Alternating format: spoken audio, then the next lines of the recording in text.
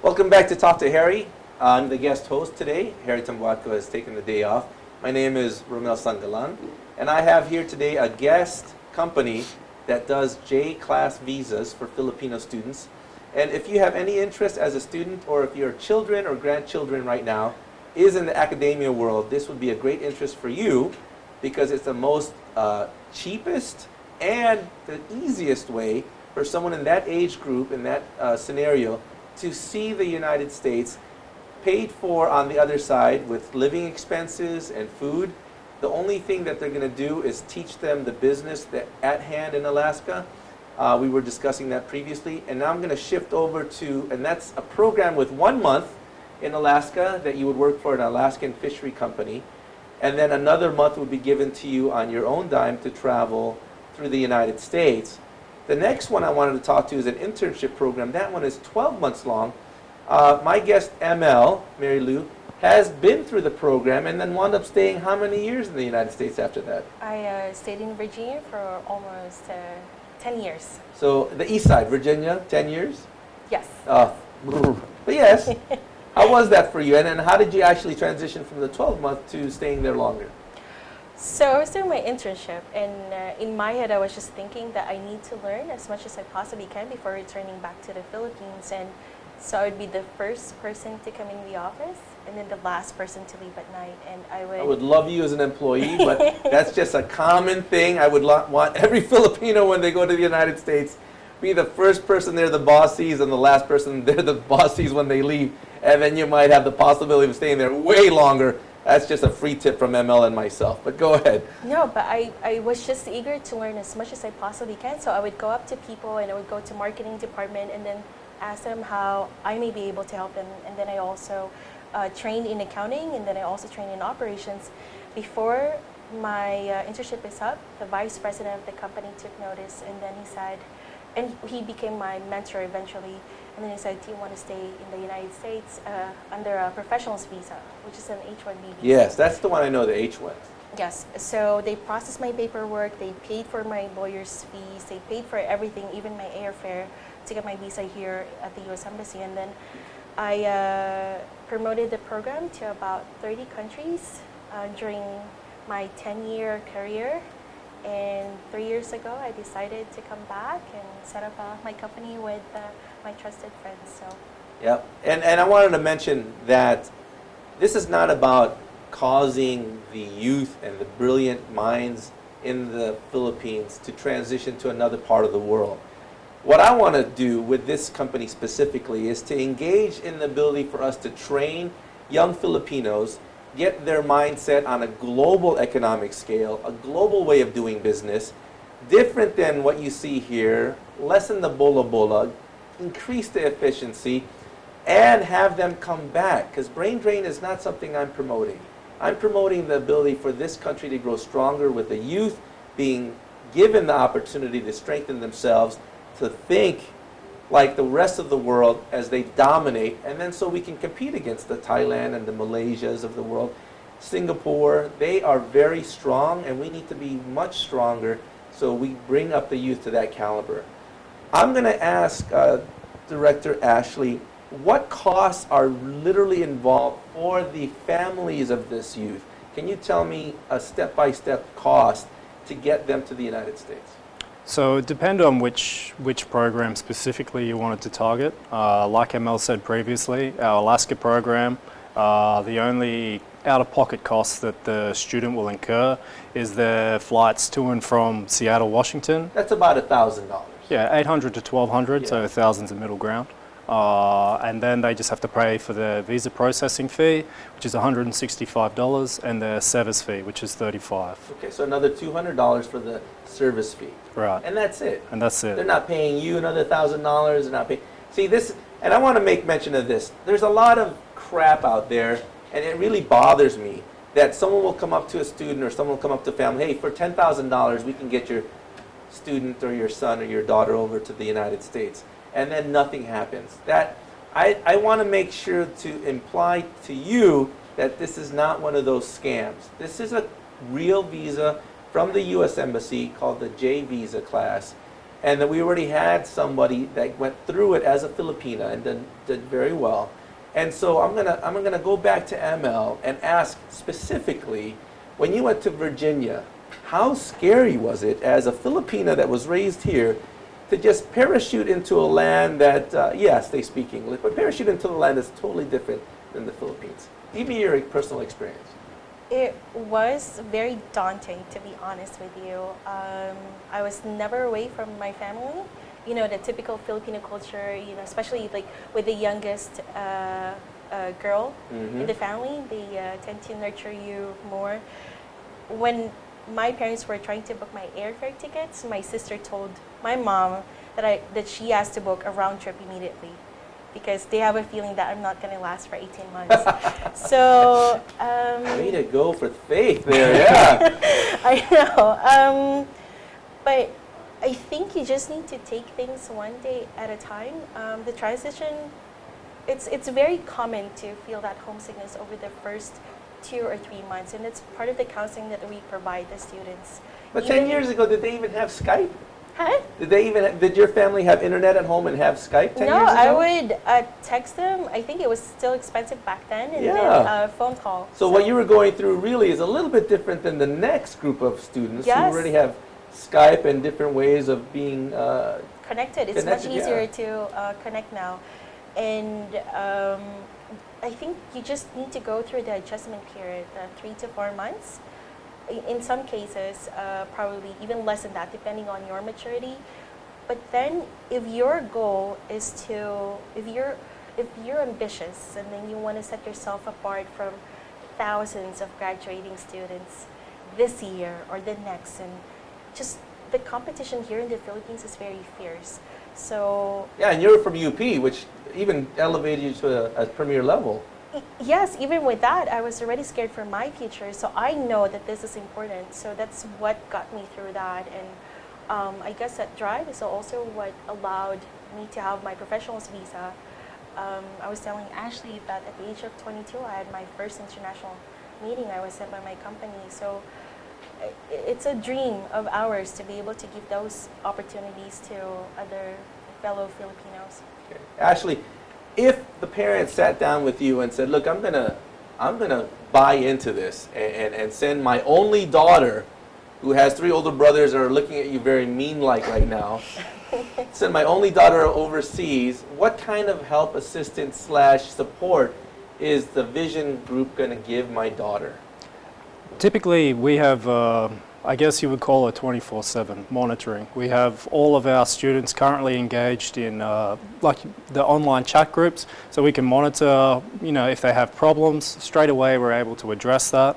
We'll also send our staff overseas on our own dime to ensure that if they need counselling, it's there. If they need help resolving problems, our staff is there to help.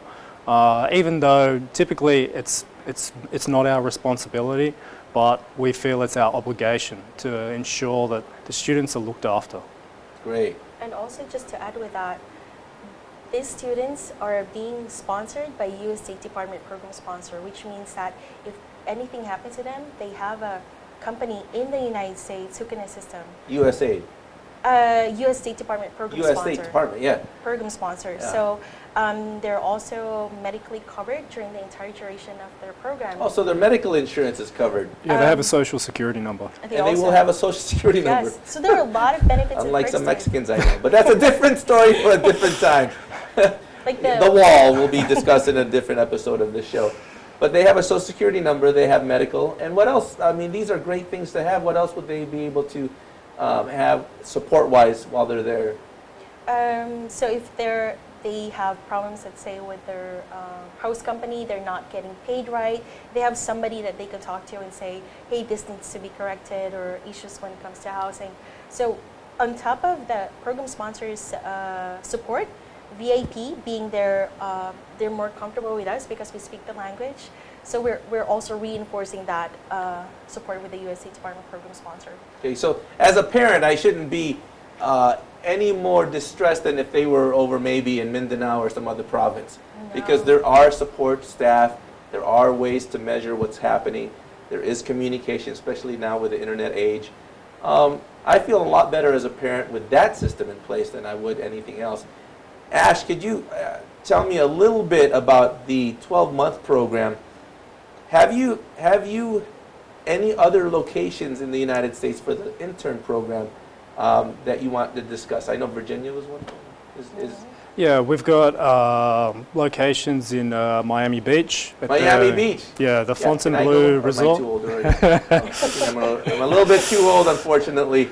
But Yeah. Miami Beach. That, Miami Beach. By the way, that if you can, as a student, you might not want to tell your parents this. As a student, to go to Miami Beach in the summer would be like, I don't know, one of the dream things that a student would might possibly have, because you have just the greatest party scene there. But it's not that I told you anything. And yeah. Yeah, 12-month positions in Miami Beach, Florida. Miami, Florida, Miami Beach. We also have location at the Deer Valley in Utah, as well as... Is that Utah, the snow side, the mountain side? Yes. Okay, so the skiing and all that is there? Yeah. Amazing, okay. as well as various locations for... Like Grand Canyon, Arizona, yeah. and North Dakota. So we have several different locations. And the best thing about our positions is that our partners in US, including the USA Department Program Sponsor, will come here and interview and present to the students, to the applicants, so they exactly know what to expect. Again, it's about setting the right expectations. Yeah. On top of that, obviously, these are all paid positions as well. So the student can, they can look at... In the 12-month internship, are we saying that we also have medical, we also have a place to stay that's being paid for already, and their meals? It Depends on the depends. location. It Depends on the location? Yeah. Okay, and will they have their weekends to themselves? It depends on where they're going to work. If you work in hospitality, typically the Yeah, that's a weekends, shift. Shift issue. Weekends Yeah. are the busiest times, the yeah. weekends are the Right, busiest right. time. So it really depends on the location. They also have the training plans as well, which is a key component for the internships, is ensuring that they're reaching that level of training that supports the job that they're going to be working in.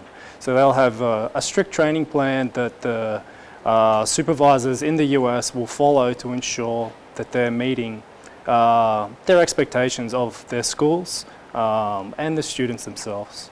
So the practical application on the job is really the most value that they're going to take from that. Because like we said, we're trying to uplift these students and take them to a professional level well above where they are at the moment. So we feel the value in the program doesn't just come from them becoming independent, from them growing as a person, but also at that professional level, they're really learning tricks of the trade from the US to come back here and compete well and truly above the 500,000 other people that graduate at the same time as them. Right. You know, I have to say that this weekend was a little bit frustrating for me. I actually was eating with my wife. It was our date night, and just something as simple as getting the attention of a wait staff frustrates me to no end as an American who's paying very well above rates for this particular restaurant. The owner of the restaurant was a table next to me.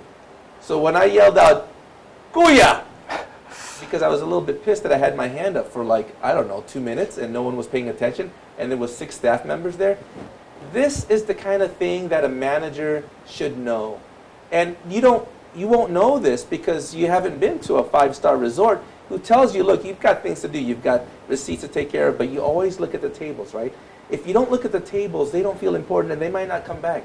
And so it was embarrassing to them that the owner was right next to me, and I told the guy, look, there's 5 of you here, I've had my hands up for 2 minutes, and yet no one cares. My wallet's out here, the credit card's on top, I already asked for it to go, and yet no one's taking my bill. I'm sorry, but that's retarded. And my wife hates when I say that word because it's politically incorrect. But all I'm saying is the training that can be done on a 5-star outfit in Miami Beach or the Grand Canyon, which, by the way, is one of the most loveliest places on earth. It's one of the wonders of the world. Yes. And even Utah, where you can ski and snowboard and just have all sorts of fun there. I think the training would be very, very advantageous to someone that's going to work at a 5-star restaurant, but not only here in Metro Manila, but all the private islands that have, these foreign owners. Resorts, yes. As a foreigner yourselves, how do you measure right now our hospitality? How long have you been in this country, Ash? 3 months. 3 months. Now, compared to what you're used to, let's say in Australia, one of the bigger cities, tell me a little bit about the management that you've seen currently, and not to put down the Filipino management that is home raised, but there is a different expectation when foreigners have, especially when there's paying more than the usual rate. I can buy a burger for $1 anywhere and I won't have a problem.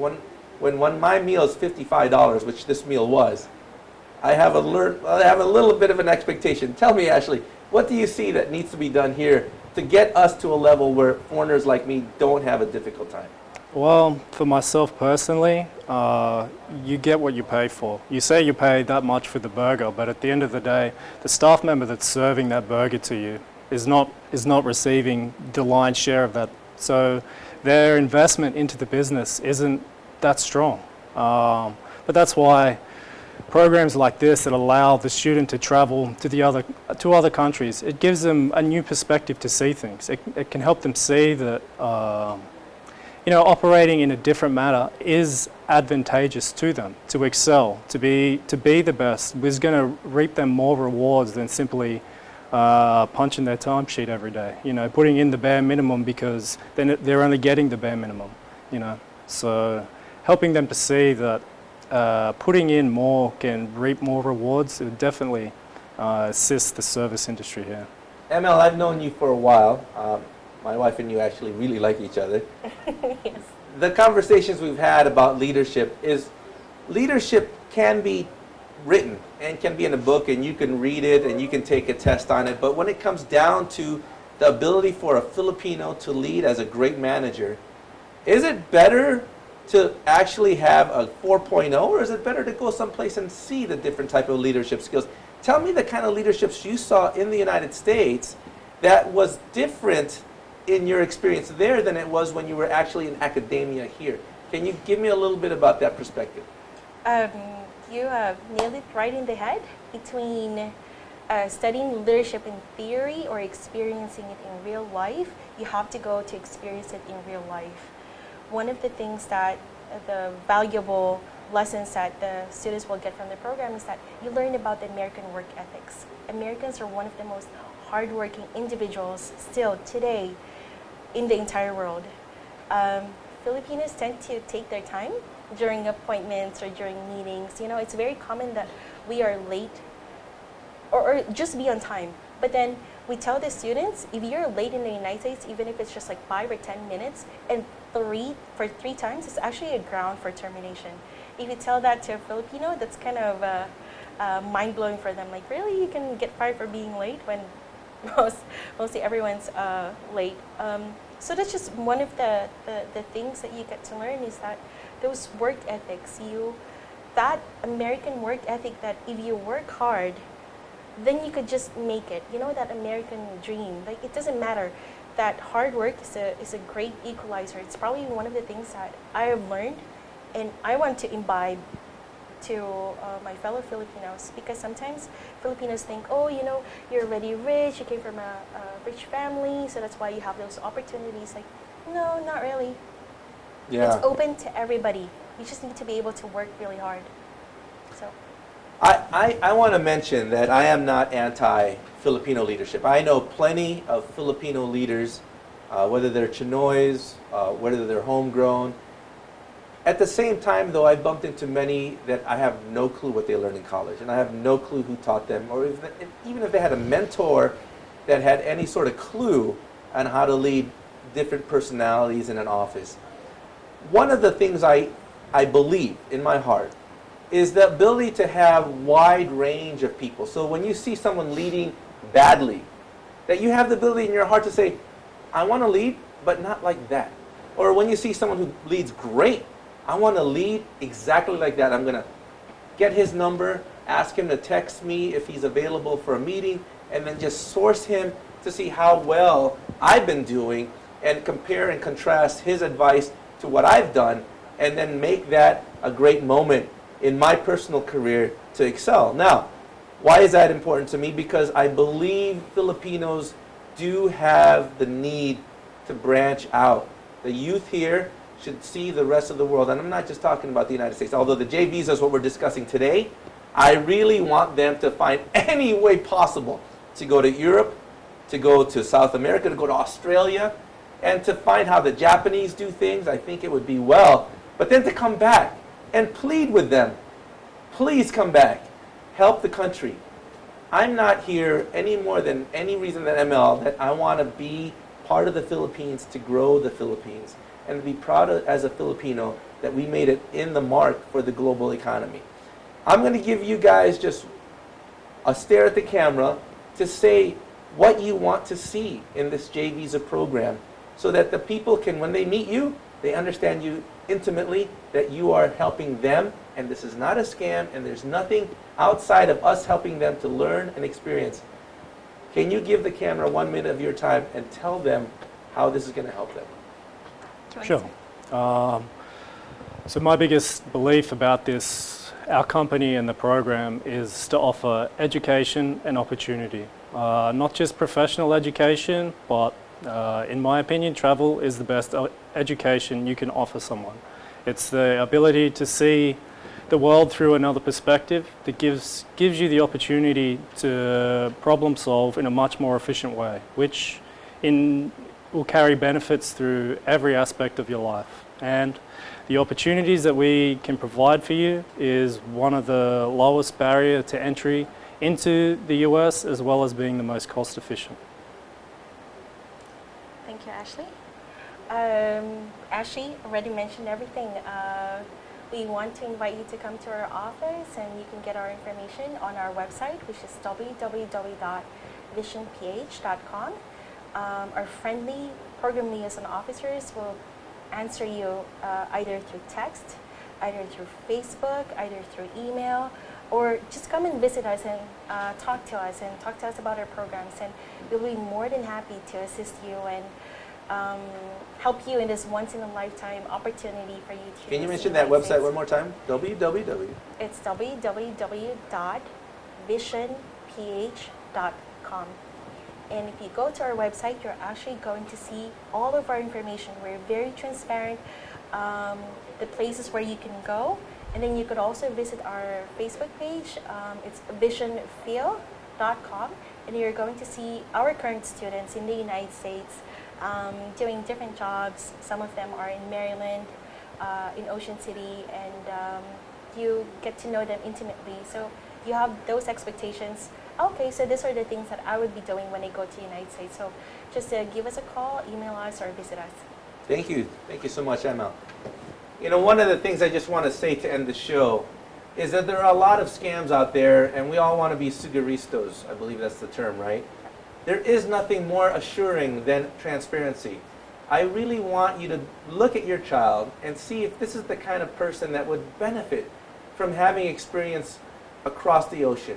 And if so, please contact them at www.visionph.com and give the opportunity of a lifetime to someone you love. If you're a student right now and you have a heart to go and experience adventure and have an opportunity to learn all sorts of leadership skills as well as how the economy around the world works, please contact them. I know you won't regret it. I want you to actually come to my show later on and tell me how your experience in Miami Beach was. Keep it G-rated though, because I don't want to get in trouble. So thank you so much for your time. Thank you so much, Harry, for giving me the opportunity to host. My name is Romel Sangalang, and I appreciate the time that you've given us today. Thank you.